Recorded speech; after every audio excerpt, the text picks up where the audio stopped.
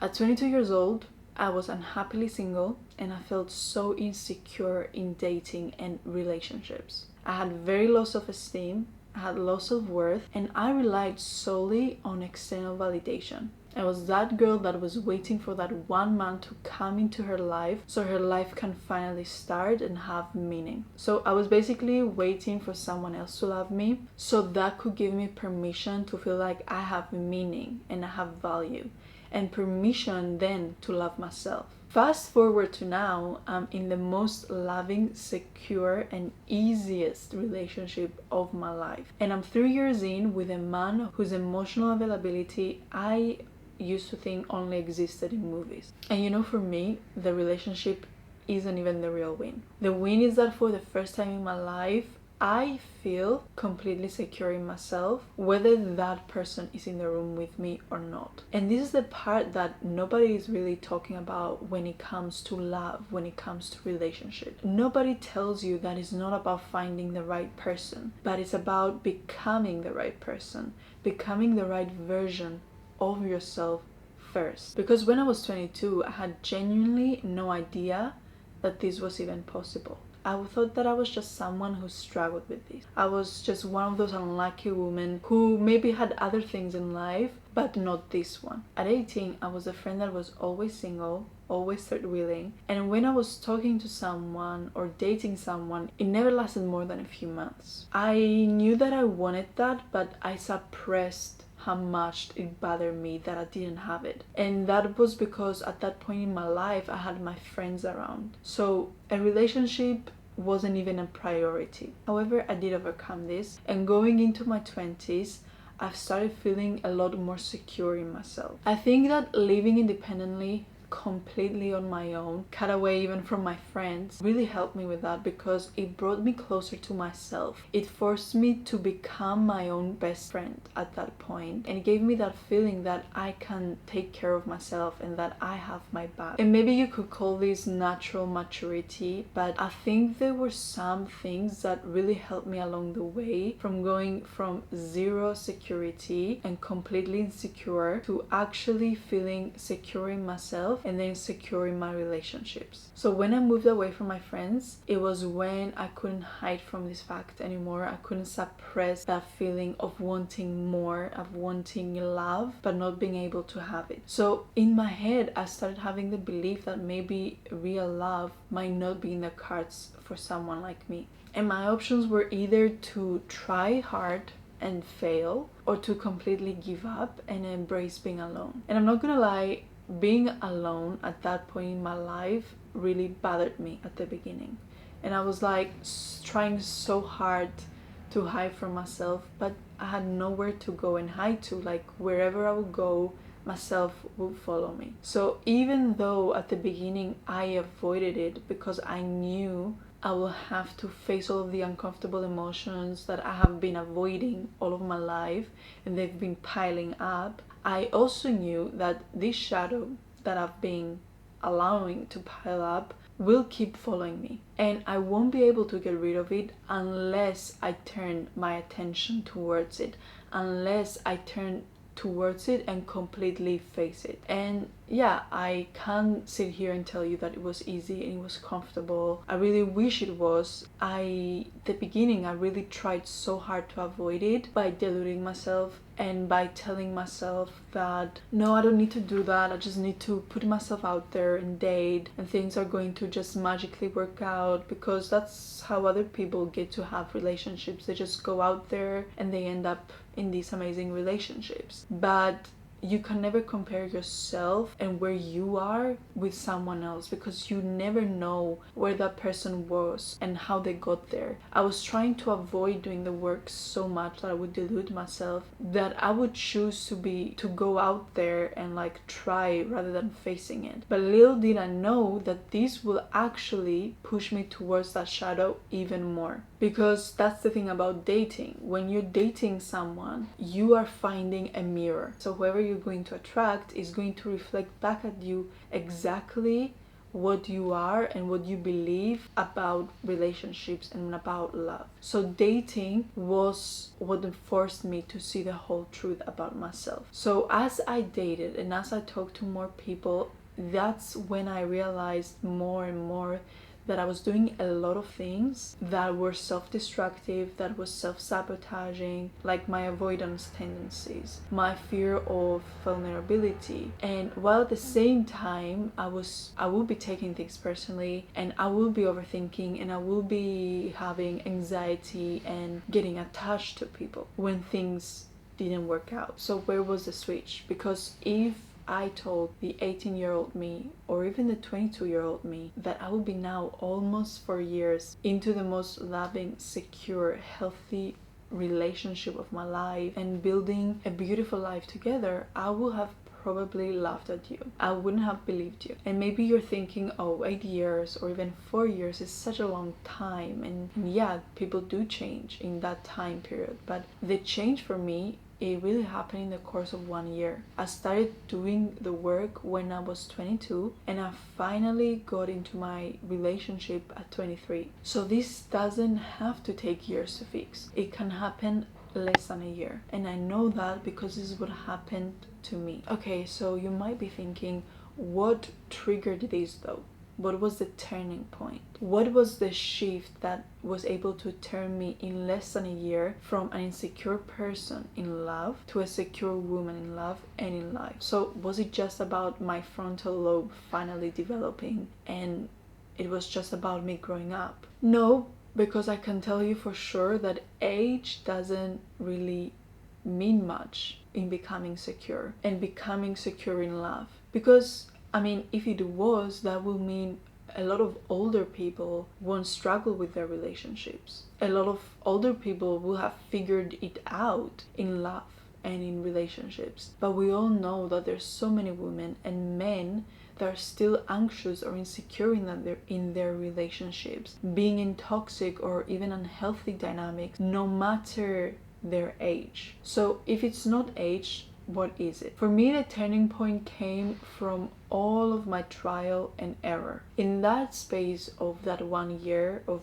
being alone and dating, I put myself out there fully for the first time, and I failed so miserably. When I tell you so miserably, that it forced me to realize and open my eyes and finally see that firstly, it's not that easy and not that effortless to just go out there and just have a relationship happen. And secondly, that I was realizing that wait, I am the common denominator in all of these failed attempts, and I know I played a part. So that made me realize that maybe I am the problem.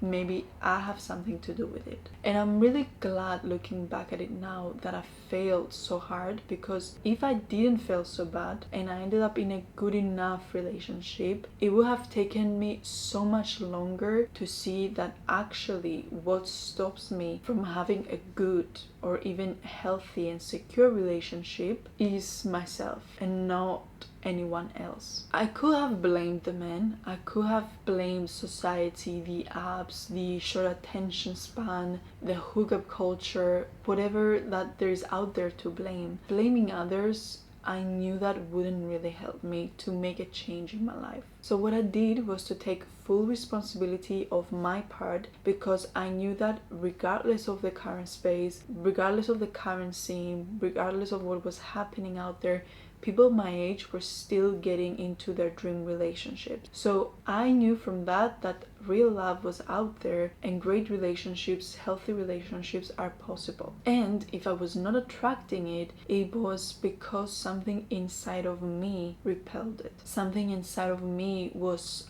pushing it away, because I didn't see it as safe, but because that part of me didn't see it as safe, but it saw it as a threat. So that's when I realized that I needed to find all of those little parts of me, all of those little fragments of me spread all over the place, find them and change their mind and convince them that that love is actually safe and love is actually something good for us, that the love that we want exists and we shouldn't have our walls up for that, that it's possible for us to let love in and love to not hurt us. So it was firstly about taking full responsibility of my part in the equation, because if I am attracting wrong men, maybe there is something wrong in me to expect that and to normalize it and to feel familiar around it. And secondly, it was about getting intentional, because if you do not choose the love that you want and that you feel that you deserve, your past experiences, your past attachments is going to choose for you. It's that saying of we choose the love we think we deserve, and the love we think we deserve is based on choosing the love that feels familiar. And if the love that feels familiar is not really healthy and secure and it feels alarming and unsafe, then we're going to attract people that are going to give us that version of a love. And so that moment was the point that changed everything for me. And not because I immediately fixed anything. It was so key because it gave me the one thing that I actually needed first, and that was awareness. Because if you don't know what is actually wrong, how can you make it right? So what did I actually do with that awareness? Because if it took me so long doing this wrong, it can definitely take you even less time if you know exactly what I learned. So here's what I did to completely rewrite my story. So step one is that I stopped blaming the men and I started looking at the pattern. So I know this is uncomfortable, so bear with me. I am the last person on earth that is going to defend men, or in general emotionally unavailable people, but this is not about the other person and how bad they treated you and how bad they were for you and how much you cared and you loved and you gave. No matter how soothing and comforting that story is, it's not serving you and it's not in your highest interest. And that is because this only makes you feel like the victim. And when you feel like that, you basically tell yourself that you are powerless, that is on the other person to choose you and to love you and to treat you right and to treat you as this fragile little thing that needs to be protected. And you have no control over it. That story is not serving you. You are once more giving your power away and you're delegating it to someone else, to someone externally and outside of you, to decide for you, to decide for your life. At some point in my life, I genuinely believed that my problem was the type of men that I was attracting. Men that lacked clear communication skills, that they were sometimes emotionally unavailable, that they were inconsistent. And even though I knew they were interested in me, I didn't see them going full in for me in the level that I wanted and I felt that I deserved. And that made me turn cold. And yes, at some level, that was true, that men were part of the problem. But this wasn't the full picture, because this is what nobody tells us to our face. You don't attract who you want, you attract who you match. And I was matching unavailable people because something in me was also unavailable to myself. I was showing up in dating looking for someone to make me feel okay, to make me feel chosen, wanted, settled. And secure people, genuinely secure people, don't get pulled in by that energy. They don't experience it as chemistry. They experience it as a weight, as a burden. There is a mismatch in energy. And secure people can fill that gap. So the ones who did get pulled in when I was at that phase in my life were the ones who were just as unresolved as I was. We were all just basically playing roles in each other's old stories. I remember that realization really hurt, but it was the first true thing that I allowed myself to see in a very long time. Step number 2 is that I stopped trying to fake security and I started understanding why I didn't have it. So after that realization, I didn't immediately do the right thing. I would like to sit here and tell you that after realizing that, I knew exactly what to do, knew exactly how to behave differently and how to show up differently, but I didn't. What I did first, and I'm telling you this because I think most people do this, is that I tried to perform perform that version of myself that I wouldn't have this problem. I was acting more detached, more composed, harder to read. I learned the rules, and you know, the type of rules that you don't text first, you don't seem too interested, you're just being unavailable enough to seem like you have options. And I think this is the impression that most insecure people have of how secure people act and behave in a healthy relationship, which honestly just makes me wonder who fed us all these lies. Anyway, I did that, and for a while it worked, or at least I thought that it did. But here's what winning through the games actually feels like. It feels hollow, empty, pointless, and fake, because that person who starts chasing you isn't really chasing you. They are chasing the performance, and something in you knows that. So even when it worked, even when someone was doing everything right, I still felt nothing. I still didn't feel any real safety, no real connection. Just that strange, exhausting feeling of being chosen for a version of myself that I couldn't actually maintain. And the people that the games attracted were people who wanted the games. They were avoidant and they were inconsistent. They were the type of people that were responding to push and pull because that is the type of dynamic they were comfortable in. So I hadn't learned how to attract healthy love. I just learned how to attract people who were just as lost as I was. And I remember reaching that point of complete exhaustion, and not from the effort, but from that point of view that I just couldn't be bothered. It came from that realization of what it was costing me. So I asked myself, okay, do I want love and attention for the sake of getting attention, or do I want real love for the sake of really being seen and really being understood and having something real? Step number 3 is that I became aware of my insecure tendencies. So I realized that before trying to grow a really beautiful garden, I needed to first get rid of all of the weeds and all of the rotten things that existed in my current emotional space, that existed and took over my current garden. So that required getting rid of all of the negative and all of the insecure tendencies that were keeping me feeling anxious, or keeping me feeling and keeping me acting avoidantly. And what I mean by insecure tendencies is not just the obvious stuff like the overthinking, the anxiety, the way that you keep checking your phone to see if they reply to your text, but I mean the ones that are so woven into how you operate that you don't even see them as insecurities anymore. You just see them as who you are. So there were things like taking things personally that actually have nothing to do with you. Things like reading someone's bad mood as evidence that I did something wrong. Shrinking yourself in small ways in order for you to keep the peace. Apologizing for you having needs and calling it caring too much, when actually it was never having learned that your feelings were allowed to exist without needing to be justified first. And these weren't dramatic things. They were quiet and they were subtle and they were almost invisible. And that's exactly what makes them so dangerous, because you can't change what you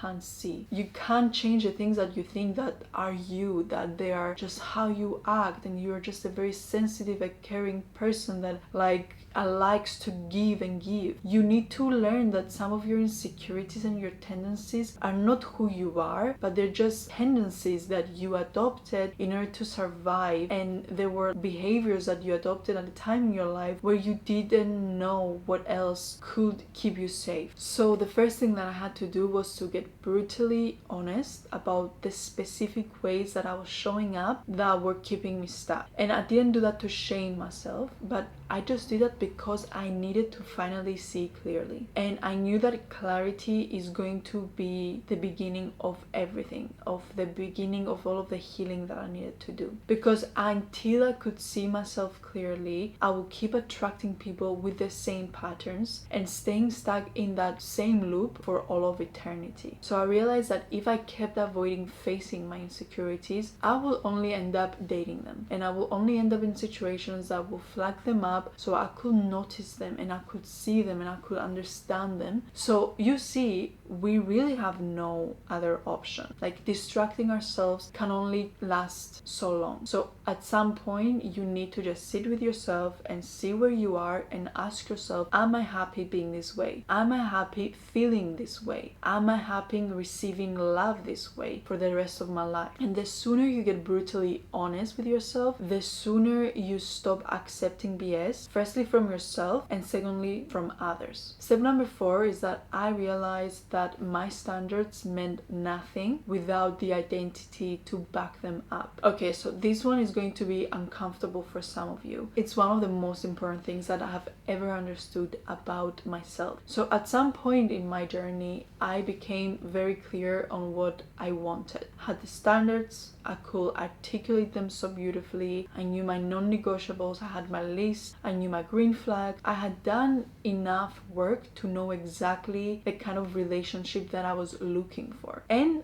I was still not attracting it. And I couldn't understand why. Because I thought doing the work meant knowing what you want. But here's what I was missing. You don't attract what you want. You attract what you believe that you are worthy of. And those are two completely different things. I could want a secure, emotionally available, loving partner and simultaneously deep down not actually believing that I was the kind of woman who gets to have that. I still had this quiet background belief, one that I had never said out loud because it just sounded so harsh and embarrassing to think about yourself that way. The belief that love like that was for other women, the women who were maybe easier, they were less complicated, that were more lovable somehow, the women that were more wow, that were more feminine, mesmerizing, that could just have anyone that they wanted. And having that belief, no amount of standards of knowing what I wanted, of self-improvement work on the surface could override that core belief. Because here's the thing about your identity, the story that you hold about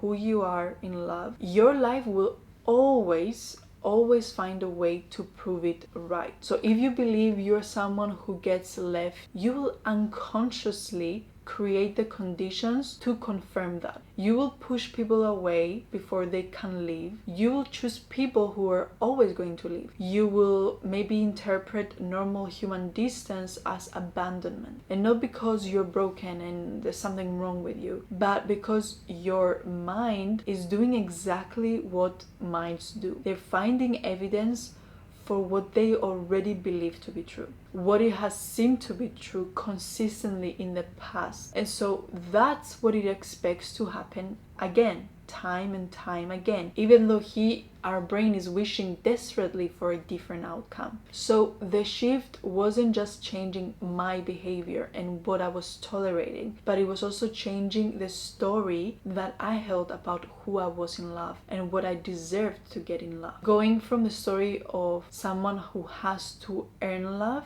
to someone who was just allowed to simply have it. And that is not a small shift, that is the whole shift, that is the main shift. Step number 5, I had to learn why safe love felt wrong before I could let it feel right. And this is the one that I almost didn't include because it still feels a little exposing to admit. But I think it's so important that I have to say it. So the more I was healing and the more I started meeting men who were actually serious, that were consistent, men who would put effort, who weren't there to play games, I almost felt nothing. Or worse, I just felt suspicious of it. Like something must be wrong. I was thinking like, why is it so easy? Why is it so calm? Where is the electricity? Where is the spark? Where is the chemistry? And I remember for a while I was telling myself that this meant that there was just not my person. That maybe I was someone that needed more chemistry, I needed more spark. But what was actually happening was that my nervous system had been trained through years of past experience to experience uncertainty as chemistry. All of the not knowing, the waiting, the hot and cold, the wondering where you stand, that had become so familiar that my body confused it with excitement. It mistook anxiety for attraction. It mistook hyper-arousal for love. And the thing is that genuine, calm, and consistent love felt like nothing, because it produced none of those sensations. It took me a while to figure out that it wasn't because it's not real, but it was because it wasn't that familiar feeling of not knowing what is going to happen and not knowing how this thing will end up. And this is something I really want you to sit with, because I think it explains so much. So if you grew up or you were loved in an environment where love was inconsistent, it was unpredictable, or it was conditional, your nervous system is more likely will seek that pattern again. And not because you want that pain, but because your body experiences familiar equals safe. So even when familiar is painful, it's not what you want, it's not what you need, it's not what you crave, you will still attract it, you'll still magnetize it, because there is that part of you that is still active. So when I kept choosing men who kept me guessing, I wasn't choosing badly, I was just choosing what I felt it was familiar. So the work was learning to update in my nervous system what home meant, what safe meant, what real love meant. It was all about learning to sit in that calm without interpreting it as disinterest, learning to receive with consistency without waiting for that thing to collapse at any moment, learning to let something easy to exist without my mind deciding that it must be missing something. Yeah, that took time and it wasn't linear. I didn't get to get this straight away, but it was the most important re-education that I have ever given myself. And finally, step 6 was I understood that the relationship that I had with myself was not preparation for love, but it was the actual template. So I used to think that working on yourself was something that you did so that you could eventually get to the relationship. Like it was the waiting room, the training ground, and then the relationship will be the real thing. But what I came to understand was something that changed everything. So the way you relate to yourself right now, how you are in private, in your own, in your quiet moments, it is not separate from your romantic relationships. It is actually the exact blueprint that they are built from. So the voice that speaks to you when you make a mistake, how harsh it is, how quickly it is to forgive you, that is the same dynamic that you will recreate with a partner. The way that you feel when you are alone, whether it is a feeling of wholeness and completeness being on your own, or dependence for someone external to make you feel okay and not standing the thought of being on your own, is the same dynamic that you will create when you have partner. So whether you trust your own instincts or you constantly second guess them, this will also determine whether you trust a partner or you will constantly suspect them. Whether you can sit with yourself in discomfort or whether you immediately reach for distraction, for reassurance, for someone to fix it, that is the same pattern that will play out the moment a relationship hits its first uncertainty and its first disagreement. It's not just getting ready for the relationship, but you are already in the most important one. And that's the one with yourself, and it's the one that will determine all of the other relationships that you have in your life. Whatever that relationship looks like, that is what you will bring into every room, every date, every moment of real intimacy. So when I started to genuinely look at how I was treating myself, how I was speaking myself to myself, and not in a self-help surface level way, but actually really looking and becoming aware, I could see exactly where I was still abandoning myself in the same ways that I kept experiencing abandonment from others. So I was the one not showing up for myself, and then I was wondering why no one else did. And those realizations, all of these together, were what actually moved the needle. It wasn't one single light bulb moment, it wasn't one conversation, it wasn't one book or one video that I watched, but it was a slow, very honest, and sometimes very uncomfortable process of learning to become someone who finally understands herself. Because it's not just one thing that we have to figure out and then we're healed. It's not just one part of us that needs healing. And even the realization that I'm not secure in relationships, and I'm delegating this need for love, for validation, for connection, for comfort to someone outside of myself, this realization alone, even though it is so big and is so fundamental, this alone won't lead you to change. Knowing doesn't lead to transformation, but what does is embodiment. It's realizing this, yes, and then going on this quest of finding all of these little parts of you, of all of these fragments of yourself that are spread all over the place, and teaching them otherwise, teaching them how to actually rewire that version of yourself into the one that you know that you should be. And that's the real work that actually leads to the transformation. And this is the work that I'm doing with my clients. And here's what I want to leave you with, because I think that it's the thing that most people rush past in a hurry so they can get to the part where they finally feel better and they can just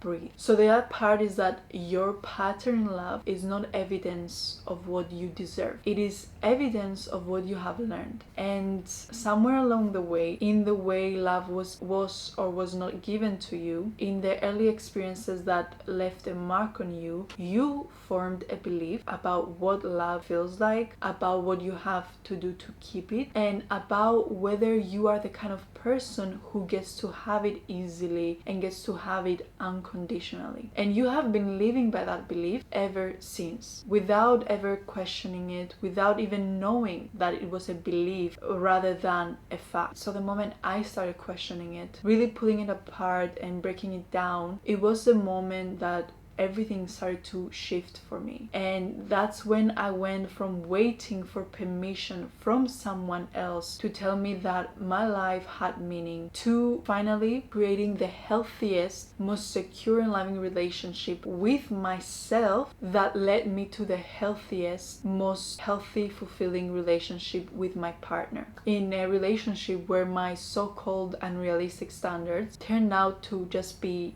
my normal. And I didn't get there by finding the right person. I didn't get there just by stumbling on my partner. I got there by finally becoming someone who knew, and not just believed, but knew in her body, that she was allowed to have it and that she deserved to have it. And if you are that person who is smart, who is self-aware, who is doing everything right, honestly, except love, you feel like it's this complicated thing that you can't figure out, then I want to tell you that you're in the right place. And this is exactly what this channel is for. Thank you so much for watching. I really hope this video helped you, gave you what you needed to hear at this moment. I really hope this video gave you something to go away with and reflect on. If you have any questions and you think I can help you, you can always reach out to me on my Instagram. And yeah, that's it. I will see you on the next one.